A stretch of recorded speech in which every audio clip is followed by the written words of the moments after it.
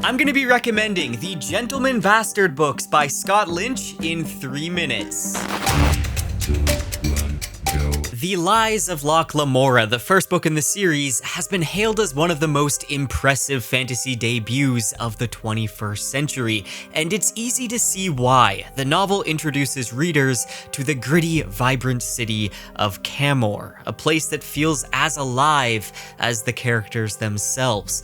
Inspired by Renaissance-era Venice, Camorr is a city of canals, ancient structures, and a dangerous criminal underworld. Now, Lynch's world building is so meticulously detailed that every corner of Camorr, from its opulent towers to its gritty backstreets, is vividly brought to life. And at the heart of the story is Locke Lamora, who as a child is taken in by the Thief Maker after being orphaned. But because he's too much of a troublemaker, the Thief Maker sells Locke to Father Chains, a priest who secretly runs a school for thieves. Under Chains' tutelage, Locke becomes a cunning and skilled con artist and ends up leading the Gentleman Bastards, a band of elite thieves who pull off complex heists against Camorr's nobility. But their latest scheme entangles them in a deadly game of power, betrayal, and survival. Now, Locke is not your typical fantasy hero. He's clever, quick-witted,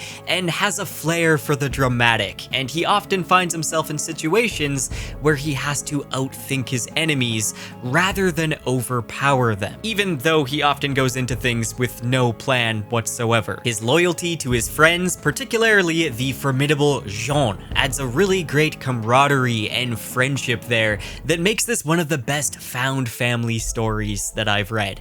Now, what sets The Lies of Locke Lamora apart is not just its intricate plotting and richly drawn characters, but also its unique narrative structure. Lynch skillfully weaves together two timelines, Locke's present-day exploits and his past under the tutelage of Father Chains. Now, this approach not only builds up that suspense, but also deepens our understanding of Locke and the world he inhabits. Now, the plot is fresh, it's filled with humorous situations, and unpredictable twists that is going to surprise you. The series overall is the perfect blend of humor, tension, and action, with a prose style that's both eloquent and sharp. Lynch's use of witty banter and inventive profanity balances the humor with the darker elements of the story, which makes it so entertaining but also gripping, and I highly recommend the audiobooks narrated by Michael Page. They're some of the best audiobooks I've listened to. Now, the series isn't complete yet, and yes, it's true, we're still waiting on book 4, The Thorn of Emberlane. It's been quite a while, but Scott Lynch is working on some novellas that are going to be released soon. But I do feel like each book in the series is still very enjoyable on its own. In my opinion, it's one of those must-read series. So if you like heist stories, character-driven narratives, and rich, dynamic friendships between characters with some great banter, you need to read The Gentleman Bastard. And time! Let me know if you've read The Gentleman Bastard, or if you plan on reading it. It's one of my favorite series. Also, let me know in the comments which 3-minute recommendation you want to see next.